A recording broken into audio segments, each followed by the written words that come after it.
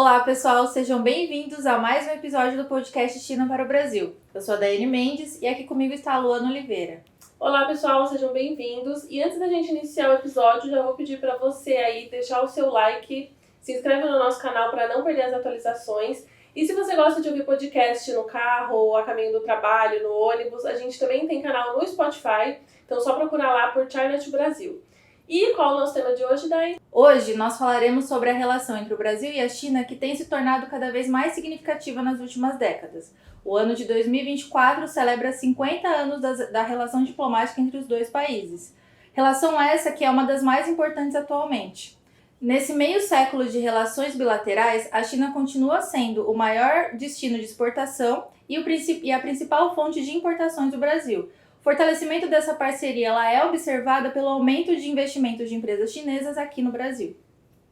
Além da relação econômica, temos também a relação cultural entre o Brasil e a China, que é uma relação fascinante devido à diferença cultural de ambos os países, que por mais que estejam distantes geograficamente, tem muitas coisas em comum entre as duas culturas. E é sobre isso que vamos conversar hoje com o Iberê Duarte, que é vice-presidente da ABC, que é a Associação Amizade Brasil-China, e diretor de desenvolvimento de negócios na IEST Group. Seja bem-vindo, Iberê. Bem-vindo. Obrigado, meninas. Bom, vamos começar falando sobre a associação, que é ela que organiza o Ano Novo Chinês, né? E aí eu tenho muita curiosidade para saber como que funciona, como que é a organização do Ano Novo Chinês na Liberdade, como que é esse processo? É uma organização razoavelmente simples. A Associação de Amizade Brasil-China, ela foi constituída há 14 anos atrás, na Câmara Federal, por iniciativa do então deputado William Wu. E nós já estamos na 19ª edição do Ano Novo Chinês, porque a atual presidente, Rei Dali, ela já promovia o Ano Novo Chinês e sempre com recursos da comunidade. Então, esse é a principal atividade hoje da associação, e a ideia é realmente ser uma associação cultural. A partir deste ano, que aí a pandemia atrasou muitos projetos nossos, e agora o Ano Novo Chinês, não como Ano Novo, mas como representação da cultura chinesa, já vai se expandir para o Brasil inteiro. Neste último fim de semana, foi apresentado no Rio de Janeiro uma parte do pessoal que fez o Ano Novo Chinês, dia 24 e 25 de fevereiro. Para esclarecer, não dizerem que a gente cometeu um erro de data, o Ano Novo e o Carnaval são o mesmo festival. Um no Hemisfério Norte, outro no Hemisfério Sul, mas eles coincidem como a abertura da primavera ou a abertura do outono. Então, para não coincidir a data com o Carnaval, nós marcamos este ano o dia 24 e 25, que eram os 15 dias posteriores ao Ano Novo, e daí você comemora o Festival das Lanternas, que é o encerramento do Ano Novo, das festas de Ano Novo. Então, basicamente isso. Então, você tem essas atividades e agora vai ser expandido. E como é que funciona a organização do Ano Novo Chinês? Porque é um evento bem grande, né, que acontece. É um evento enorme.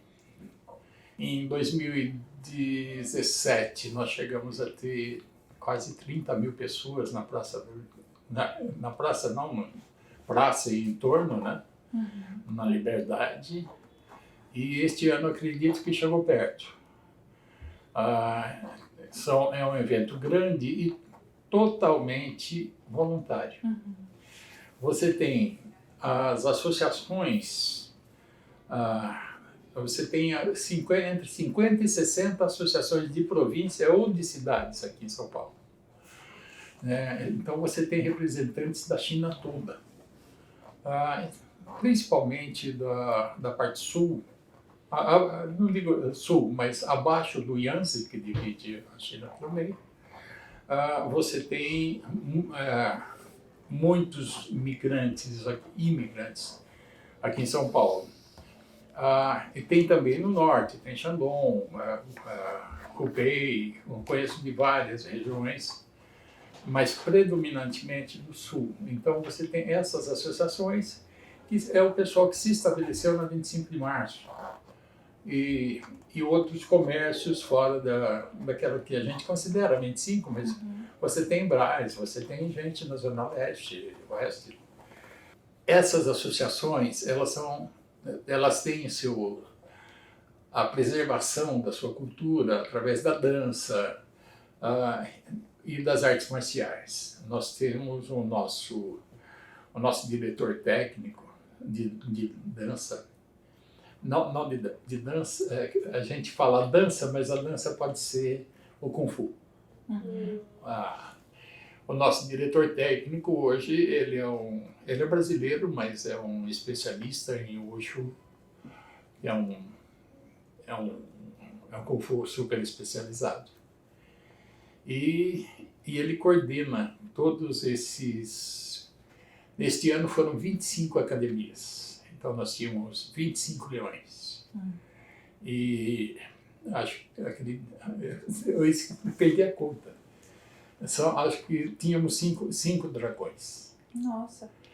Inclusive o dragão do ano. Dessa vez nós conseguimos que o dragão tivesse a cara do dragão oficial da China. E tendo as duas culturas tão presentes no seu dia a dia, inclusive você é casado com uma chinesa também, né? Isso. Como que você acha que a cultura da China influencia no Brasil e vice-versa? Tudo em função dessa associação. O que aconteceu? Um amigo meu me pediu para... Eu trabalhava numa empresa brasileira, fabricante de câmeras de vídeo. E um amigo meu pediu para eu ajudar ele, que ele estava coordenando a campanha de uma chinesa para vereador em São Paulo, pelo PPS. Eu falei, claro, meu amigo Urbano. Peguei e mandei 2 carros pagos pela empresa que eu trabalhava para a campanha dela. E daí ele falou, a candidata quer conhecer. Estou sem tempo. Eu falei, vocês também estão sem tempo. Faz a campanha, depois a gente conversa. E daí conheci a Ida, isso já faz tempo. E nos conhecemos, trocamos figurinha e tudo, e ela sempre foi uma agente cultural. Ela está aqui há muito tempo, eu não vou dizer quanto tempo, porque ela é minha amiga, não vou contar a idade. Mas ela sempre foi chamada pelo consulado para fazer os eventos culturais para conhecimento. O consulado não tem verba para promover esse tipo de coisa. Então, quem patrocina normalmente os eventos do governo chinês que vem é a própria comunidade. Então, ela sempre teve uma ascendência dentro da comunidade. E me conhecendo, e eu trabalhei muito tempo no governo do estado de São Paulo, com os meus conhecimentos, eu sempre consegui um desconto no Memorial da América Latina, para fazer um Embrace China, ou no Teatro São Pedro, onde foi magnífica a apresentação do Ballet de Liaoning. Eventos muito bonitos. E fomos nos aproximando e comecei a colaborar na associação. E ela me convidou para ser conselheiro. Fiquei muito honrado, sempre admirei a cultura chinesa, tudo, e fui à reunião. Só que eu não entendi nada. Falei, eu vou participar dessas reuniões, eles vão falar mal de mim. E eu não vou saber que não falar.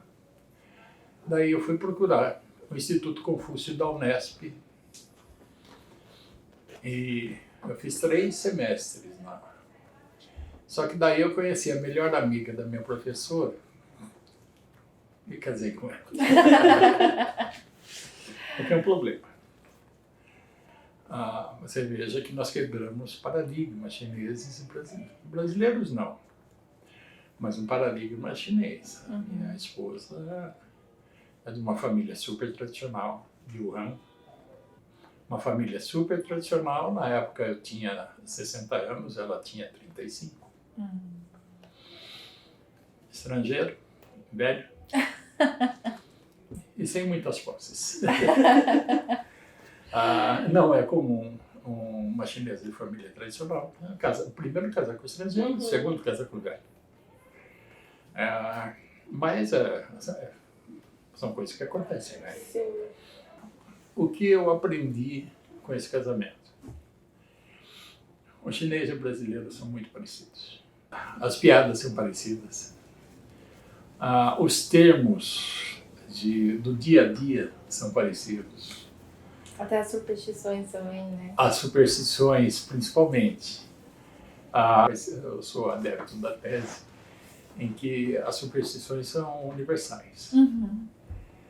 Então, só muda A cultura, a forma. muda né? a forma, a cara do bicho. Verdade. Mas é tudo meio parecido a história. Principalmente, você teve uma mudança no folclore mundial com a reforma de São Gregório, né? A reforma da contagem do tempo. Porque esse nosso tempo solar não tem nada a ver com o ciclo. Então, porque antes da reforma de São Gregório, tudo era lunar. Então, todas as datas coincidiam. Então, o Festival da Primavera, hoje, no hemisfério norte, onde você tem a festa de Nuestra Senhora de Pilar, La Pilarita, na Espanha. É no mesmo dia do Festival da Primavera da China. É o início da primavera, o pessoal vai todo para o campo, reunindo a família para comer. As culturas vão adaptando as festas, Isso, você tem muita coincidência. Ao mesmo tempo, o pessoal acha que a imigração chinesa, ela tá aqui, principalmente o pessoal de São Paulo, acha que a imigração chinesa tem 50 anos. Não. A imigração chinesa no Brasil tem 200 anos, oficialmente. Quando Dom João VI trouxe agricultores de Macau para plantar chá, onde hoje é o Jardim Botânico. Lá você ainda tem algumas algumas árvores de chá da época, que é um ótimo banco genético isso. Tanto que o pagode chinês foi construído a vista chinesa é daquela época.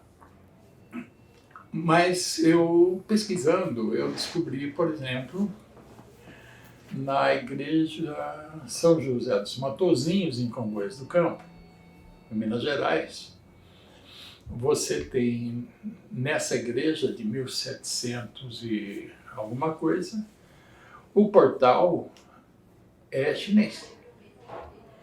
E nas laterais do altar, como apoio para candelabros, você tem 2 dragões chineses. Então é de 1700, não de 1800. E, ao mesmo tempo, alguns pesquisadores do Rio de Janeiro, que é onde você tem mais aprofundado o estudo da sinologia, não da sinologia, da história chinesa no Brasil, eles têm até um termo que chama chinesices, os estudiosos das chinesices no Brasil. Eles têm referências da época de 1500, ou quando os navios portugueses, voltando de Macau, eles aportavam em Paraty para se abastecer. Aliás, entre Itanhaém e Ilhéus. Dependendo de como estivessem as correntes e os ventos, aportavam, abasteciam e continuavam a visita. E numa dessas, houve muitos, no na Torre do Tombo, em Portugal, você acha chineses que desembarcaram no Brasil nos anos 1500. Eu acho que puxando um gancho sobre as similaridades, né? Como você, como diretor de desenvolvimento, quais seriam as dificuldades que você encontra assim, entre as culturas do Brasil e da China? O chinês, ele faz, algumas vezes sem planejar. Mas e quando o chinês chega para empreender no Brasil, ou quando o chinês chegou para empreender no Brasil, houve um problema, porque a maior parte veio no comércio. E chinês, assim como o brasileiro, não gosta de pagar imposto. Uhum. E o chinês não paga mesmo. Então, o que acontece? Nesses últimos 40, 50 anos, onde você tem um comércio dos antigos Xing Ling, que a China produzia, hoje não produz mais. Os Xing Lings que você acha por aí são produtos produzidos no entorno, no Pacífico, uma boa parte em Taiwan, vamos falar. Então, você tem esse pessoal que o primo vem e quer fazer um negócio. E vai procurar o primo que está aqui há muito tempo, só que ainda está clandestino, ainda não tem registro no ICM. Entendi. Não tem CGC. Ainda chama CGC? Não. CNPJ, não tem CNPJ. Então, e vai fazer errado também. Uhum. As empresas que chegaram depois, e aí você tem a importância da IEST. Uhum. A gente fundou a IEST 2012, já são 12 anos. Uhum. Nesses 12 anos, passou de 2 clientes para... Bom, como ele declara imposto certinho, já passaram mais de 300 empresas pelo IEST. As que desmamaram, como a gente chama, as que já cresceram, já têm sua própria estrutura contábil e tributária, já foram criadas. Algumas ainda contratam a IEST aliás, contrata principalmente para recrutamento, né? Sim. E hoje a IEST tem algo em torno de 80 clientes fixos, né? Uhum. E todos dentro da legalidade. Hoje, essa estrutura de legalidade que está quebrando o paradigma de não pagar imposto. Uhum. Então, as pessoas, as empresas que estão aqui, elas sabem que pagando imposto de direito, não vai precisar recorrer a artifícios ilegais para manter a empresa. Uhum. E isso eu estou falando de corrupção pura. Sim. E eles são sujeitos à corrupção de todas as maneiras. Então, só para recapitular, você entende que a maior dificuldade hoje, né, para os empresários chineses seria a burocracia aqui no Brasil? Entender que a burocracia é necessária. Uhum. Não há burocracia, mas entender que uma assessoria contábil e tributária é absolutamente necessária para não cometer ilegalidade. Para entender até, né, para entender a dinâmica dos impostos do país. As empresas que estão dando certo no Brasil, e aí vai um outro detalhe. Os chineses vêm, eles querem fazer um negócio imediato para ganhar dinheiro imediato. Não existe. E os brasileiros querem que o chinês invista no negócio dele. Não existe. Uhum. O chinês não vai investir se a oportunidade não for boa. Tem 2 exemplos muito bons. Um é o da oportunidade. BID. Muitas pessoas acham que a BID está aqui há 2, 3 anos. Não é. A BID está aqui no Brasil há mais de 10. Ela tem uma fábrica em Campinas, onde nos últimos 10 anos ela produziu ônibus. E forneceu para várias cidades. Não São Paulo, mas várias cidades no Nordeste têm ônibus elétricos da BID. Então, na hora em que a Ford, uma indústria sabidamente com tecnologia atrasada, se afasta do Brasil porque fez uma chantagem para receber subsídio e não recebeu, ela vende seus ativos, a BID não teve tudo. Tá bom, tá barato, tá pronto. Vou colocar minha fábrica lá e começo a operar. Agora. Aproveitou a oportunidade, né? Aproveitou a oportunidade pelo seguinte, como ela produz há 10 anos aqui no Brasil, ela já tem o direito ao incentivo da produção nacional, que se estende a parte da importação. Ela está importando milhares de veículos, mas ao mesmo tempo está adaptando a fábrica da Ford para construir carros modernos e brasileiros. Não existe mais um carro brasileiro, um carro chinês. Agora é peça de um, motor de outro, né? Tudo. Já existe isso na indústria automotiva mundial. Mas algumas indústrias tradicionais americanas já estão se afastando do processo. Um outro exemplo. Uma indústria chinesa, uma indústria brasileira. Tem que namorar. Tem que paquerar, tem que namorar, tem que noivar. No começo do ano foi criada uma joint venture entre a Lonping, a maior produtora de sementes de soja da China, com a Cereal Ouro, de Rio Verde, em Goiás. Uma das maiores produtoras de sementes de soja do Brasil.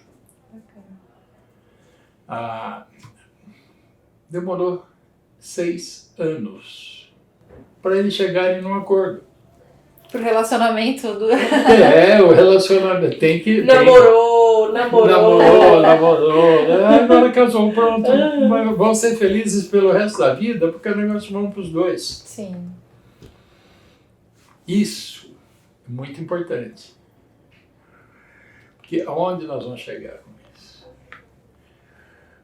O produtor agropecuário brasileiro é desconfiado. Em Goiás é mais desconfiado ainda.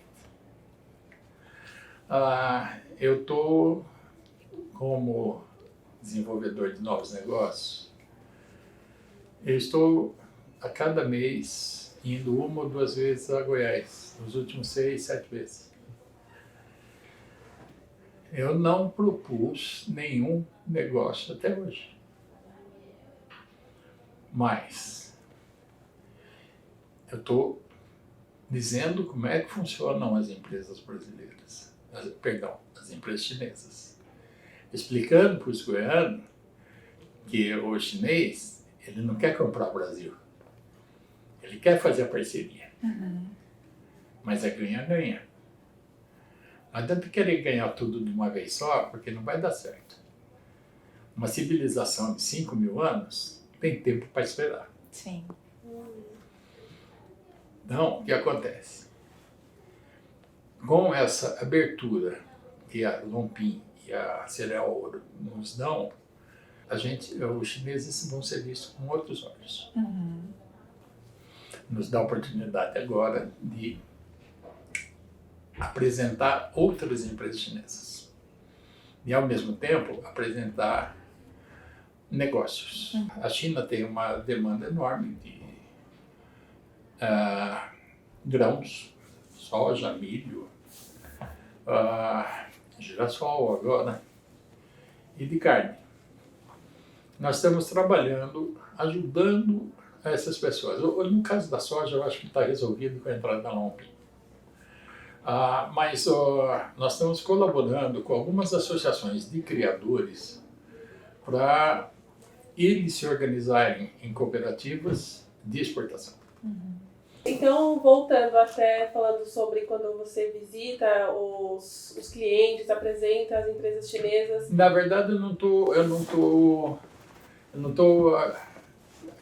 tô visitando clientes. As minhas visitas nos últimos 6 meses foram absolutamente institucionais. Nós vamos a Goiânia e Rio Verde para fazer palestras como negociar com chineses. Legal. Então nós vamos fazer essas palestras explicando como é que funcionam as empresas chinesas, quais as dificuldades que elas têm aqui no Brasil e onde nós vamos fazer isso. Nós vamos fazer na Associação Comercial e Industrial do Estado de Goiás. Quem vai estar junto? A Federação da Agricultura de Goiás e a Federação das Indústrias de Goiás. Provavelmente com a presença do vice-governador. Então, eles têm, por exemplo, Goiás é um mundo novo, mas com uma agropecuária super consolidada e com muita chance de expansão. E eles sabem que se agora, com esses contatos que a gente está fazendo, a gente está aculturando, na verdade. Nós estamos tirando os preconceitos contra as empresas chinesas e contra os chineses. Essa é a nossa função. Assim como você tem as ações do governo da China, né, através dos Institutos Confúcio, que é tipicamente soft power. Você tem, aqui no estado de São Paulo, você tem 3 Institutos Confúcio. Você tem o da Unicamp, não é muito grande, ele é só para alunos da Unicamp. Você tem a da FAP, que é tipicamente voltada a negócios, e você tem a da Unesp. A Unesp, com toda a sua rede, elas têm, eu não sei quantos campi tem na Unesp, mas ela tem no estado inteiro. Ilha Solteira, Assis, Marília, Araraquara. A minha esposa deu aulas no Instituto Confúcio de Araraquara. Hoje ela é coordenadora do Instituto Confúcio da FAP. Mas a Unesp tem uma rede muito grande e ela é institucional. Então, por exemplo, com a Unesp nós temos, junto com a IEST, daqui a 15 dias, uma feira de empregos para as indústrias chinesas. Então, que isso é divulgado dentro da Unesp e se inscrevem pessoas do estado inteiro e até de fora. Então, toda essa... Na verdade, são quebras, não de paradigmas, mas de preconceitos. Era até isso que eu ia perguntar, sobre os preconceitos, porque a China está investindo bastante aqui no Brasil, mas eu vejo que ainda tem muito brasileiro que não entende sobre a China, não conhece ou tem muito estereótipo sobre a China. E é mútuo. Em princípio, o chinês não confia no brasileiro, o brasileiro não confia no chinês. Tem essa dificuldade aí. Mas é pela história, história recente, claro. Sim. O que acontece? Houve muitos negócios mal feitos. Quando você... Aqui na IEST, nós recebemos pedidos de commodities todo dia. A maior parte a gente não passa para frente. Por quê? É o primo do sobrinho, do filho, do não sei quem, que coisa e tal, que está querendo. Mas quando chega, a pessoa fala, escuta, o governo da China quer comprar. Não é verdade. Então, o compliance aqui dentro da IEST é muito... Tem que ser criterioso, Eu tinha contador. Tem que ser criterioso, né? E eu fui auditor. Eu trabalhei em escritório de contabilidade dos 7 aos 14 anos. E depois, aos 20 e poucos, eu fazia auditoria em empresas de água e prefeituras. Nisso, eu e o Tião, a gente cada ou é tudo certo, ou não vai acontecer. A gente não deixa acontecer. Tem que tomar cuidado mesmo. Voltando um pouquinho para investimentos, acredito que seja um ano que o Brasil vai receber, né, e já tem recebido muito investimento. Eu tenho visto muito investimento na indústria automobilística, né? A GWM falou que vai investir muitos milhões nos próximos anos. A BYD... A da GWM ainda... Tá sendo, né? Mas a BYD comprou a BYD comprou as fábricas. Mas além do setor de carros elétricos, quais seriam as outras áreas que está recebendo bastante visibilidade dos chineses? Não tem muito. Mas tem outro trunfo. Existe o COSBAN, a concertação de alto nível entre os dois países, que é presidida pelos 2 vice-presidentes. O Geraldo vai agora para a China em maio. Já teve reunião aqui no Brasil, começa lá. Aí é que está a coisa. Por quê? O Geraldo, ele desculpe se eu chamo de Geraldo, mas eu trabalhei com ele. Tem licença poética. Isso, licença poética é bom. O Geraldo, ele é um sujeito muito metódico e ele é o ministro de Desenvolvimento e Indústria e Comércio. Na semana passada saíram várias portarias, vários decretos e tal, e principalmente a modernização da indústria brasileira. Na modernização da indústria brasileira, vai ter que fazer acordos com as indústrias chinesas. Por quê? Você tem a indústria moderna brasileira, que é algo em torno de 20%. E tem a indústria tradicional brasileira, que ainda usa tecnologia de 30 anos atrás. Defasou, não tem produtividade. E isso é uma coisa que o chinês sabe fazer. O chinês, ele não fabrica máquina, ele fabrica uma máquina igual a máquina alemã. Daí, o chinês cobra metade. Mas a alemã dura mais. Quanto dura a alemã? Não, quanto dura a chinesa? 5 anos. E a alemã? 30. Em quanto tempo essa máquina vai ficar defasada? Uns 3 ou 4. Então, vou comprar a chinesa, que eu vou ter ela durante o tempo que eu preciso e pela metade do preço. Eu não preciso de uma máquina que dure a vida inteira. Porque a própria indústria, ela é obsolescente. Sim. O equipamento da indústria é obsolescente. Então, não adianta comprar uma máquina que vai durar 30 anos e daqui 30 anos... Você precisa de uma máquina de 5. Sim, faz todo sentido. E como você enxerga o futuro da relação entre Brasil e China? Não dá para enxergar, né? Não enxergo, não. É muita coisa. Tem muito ponto em comum. Tem muita necessidade. E tem muito o que crescer ainda também, né? Desenvolver. Tem muita necessidade comum. O pessoal acha que a China passa fome. Tem esse estereótipo, Tem. Né? Então, quanto a gente produzir de soja, a gente vai vender para a China. Não é verdade. Nós e a China produzimos quase a mesma coisa. Acontece que lá tem tanta gente que ele sempre está precisando de suprir. Sim. E outra, a China, na parte norte, aliás, quase no total, a China não tem terras tão boas quanto as nossas, que a gente consegue ter três safras no ano. No norte, você tem uma, e olha lá, você tem aquela janela do verão e outono, que, no máximo de 6 meses, quanto mais você sobe para o norte, mais ele fecha, até chegar a 4 meses essa janela, que eles só podem produzir naquele tempo, e o resto eles têm que alimentar o povo.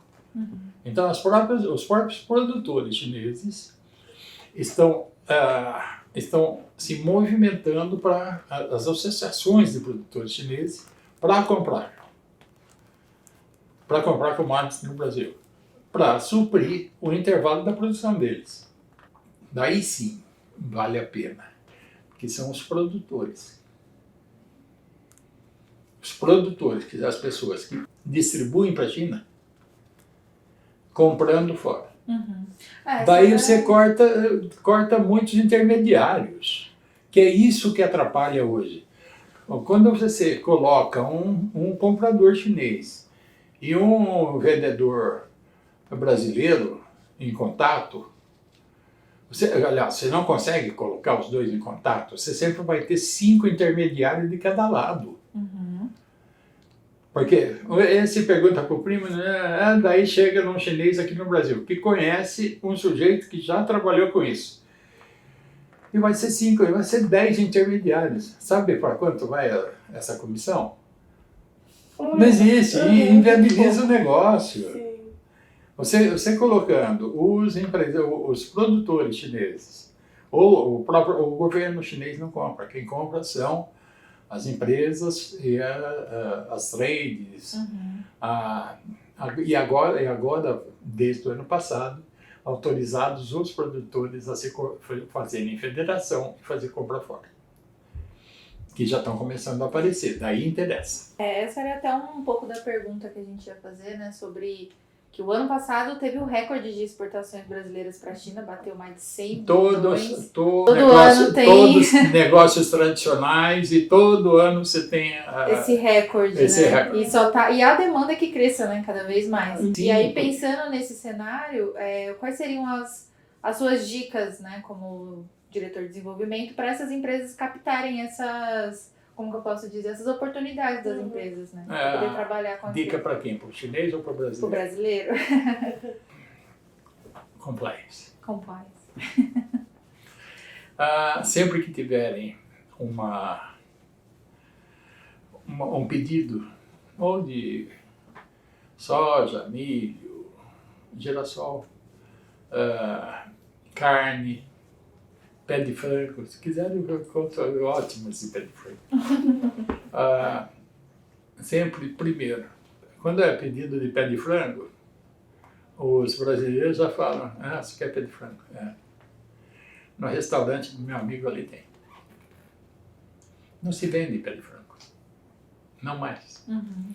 Quem vendia pé de frango, frigorífico, abatedouro, que vendia pé de frango, já está com a produção comprometida para os próximos 10 anos. Se você quiser pé de frango hoje, você vai ter que contratar um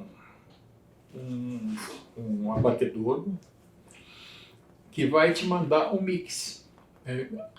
Vai te fornecer por caixa refrigerada ou congelada, e ali tem várias partes do frango. Cada frigorífico faz o seu mix, mas eles têm um certo padrão. Então não adianta querer só pé de frango, que não vai ter. Uhum. Se tiver, é bom desconfiar, porque é bom olhar a nota para ver se ele não está classificado como alimentação animal. Uhum. E vai ser entregue ou num porto, em qualquer porto do Pacífico, e depois eu vou fazer uma gambiarra lá para tentar internalizar. Tanto que já não sei quantos oficiais da alfândega foram presos na China nos últimos 3 meses, mas não foi pouco não. Você comentou sobre as palestras que vocês vão dar sobre como fazer negócios com a China, com o chinês. Isso daí foi uma demanda, nesses 6 meses que eu estou em Goiás, as pessoas tentam entender. Eu conheço um pouco, mas eu falei, vamos combinar uma coisa. Vou trazer quem entende, realmente. E outra, para explicar para goiano, você sabe do que está falando, porque se você derrapar, nunca mais. Uhum. Daí eu falei, Tian, você precisa ir para Goiás. Pô, nunca fui para Goiás. Falei, então vamos. O Reinaldo vai junto. Por que o Reinaldo? O Reinaldo é um advogado especializado em minério. Tem muito lá também. Então nós vamos falar das duas coisas. Do arcabouço tributário em que a gente apresenta para as empresas chinesas e ao mesmo tempo o Tian vai explicar como é que as empresas chinesas funcionam, o que elas demandam. É essa a ideia, é o que nós estamos fazendo. Nós estamos fazendo o que a China fez nos últimos 50 anos, educação. Uhum. Nós estamos primeiro educando o comprador e o vendedor para depois fazer negócio. Mas para quem está assistindo, tem alguma dica, alguma coisa essencial que você diria para o brasileiro que quer fazer negócio com o chinês? Procure especialistas. Pode procurar nossos clientes. Uhum. Pode procurar Alibaba, AliExpress, quem mais? Shein. Pode procurar os chineses. Pode procurar os nossos clientes, dar uma olhada. Dá uma olhada no nosso site, ver quem são os clientes. Procurar a própria Yes. Mas procura pessoal. O merchan. Vamos aproveitar. Procura o Iberê. Pode procurar o Iberê. Você também tem outro projeto totalmente separado, né, de aeronáutica, se quiser contar um pouco pra gente. Tem outros projetos. O de aeronáutica é o seguinte, eu fui aeronauta. Nos anos 70, que 70? 70. Eu fui comissário de voo na VASP, antiga VASP, Aviação Aérea São Paulo. Eu voava base Goiânia. Já é conhecido de Goiânia. Mas é que a VASP ela tinha uma base lá só de aviões da Segunda Guerra Mundial, que são os DC-3. Na FAB eles eram os C-47. Na Segunda Guerra, é aqueles que lançavam paraquedista lá na Europa. Eu fiquei quase 3 anos como comissário, mas peguei o gosto, tirei brevet de piloto. Voei mais quase 1 ano. E daí o que aconteceu? Foi por outras razões, daí voltei para a universidade, para a política, sempre foi onde eu atuei. E agora, há uns 3 anos atrás, alguns pilotos da TAM, da Azul, da Gol, das regionais mesmo, pilotos privados, inclusive o presidente da Revoar, vocês podem procurar, Revoar Restauro no Instagram, que está uma boa parte da história lá. Nós ficamos muito chateados, para não falar palavrão. No aeroporto do Santos Dumont tinha um DC-3, que a concessionária que assumiu pegou e destruiu para usar o alumínio para vender para a fábrica de panela. Naquele mesmo fim de ano, tem um vídeo que circulou nas redes de um garoto lá no Rio Grande do Sul, num DC-3 também, da Varig. O garoto pulando e o pai incentivando. Então esse pessoal se reuniu e criou a Revoar, Associação Brasileira de Restauro de Aviões Históricos.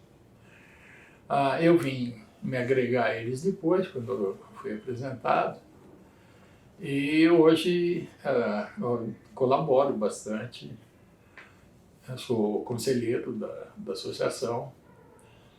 E nós assumimos todo o acervo da Fundação Santos Dumont.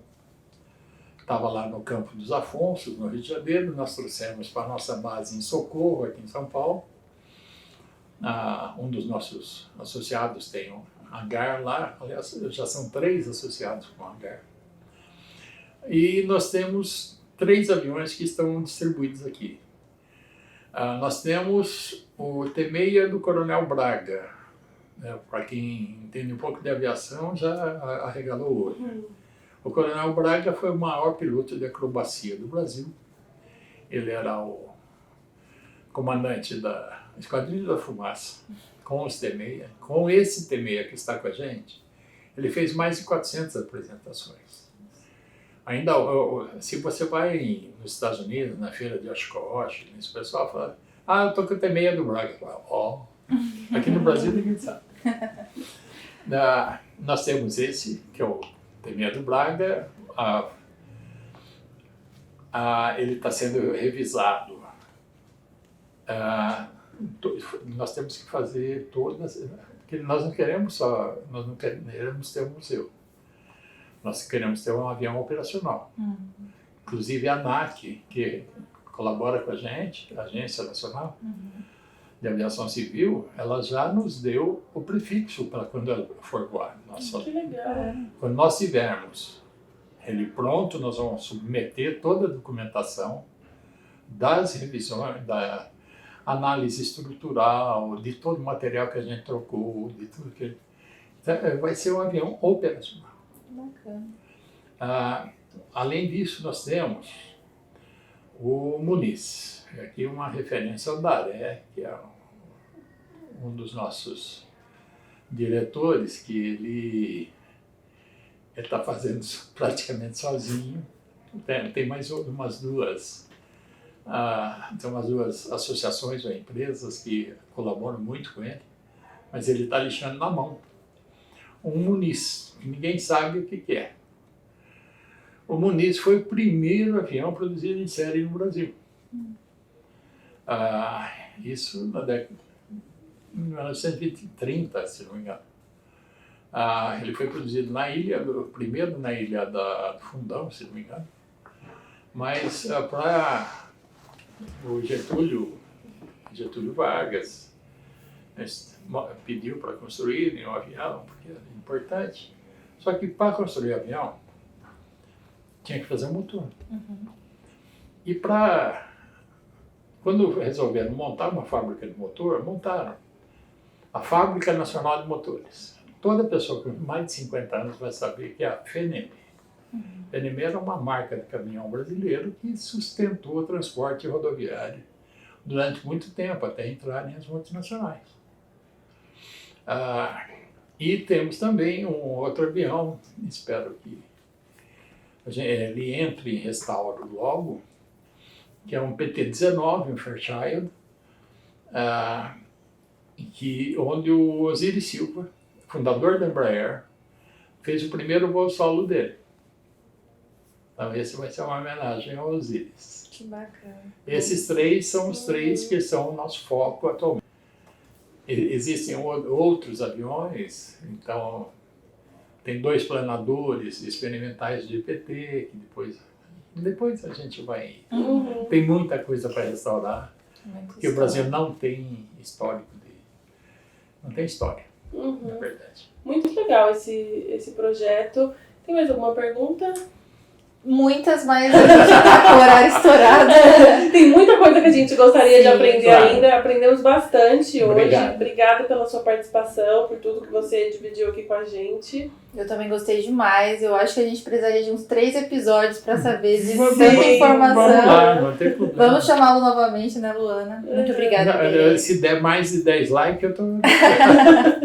Muito obrigada pela Obrigado sua a vocês. participação. Obrigado. E se você quer saber mais notícias do Brasil e da China, acesse nosso site chinatobrasil.com.br, nossas redes sociais @chinatobrasil e o Facebook C2BIESH. Muito obrigada para você que nos acompanhou até aqui e até o próximo episódio. Tchau, tchau, pessoal.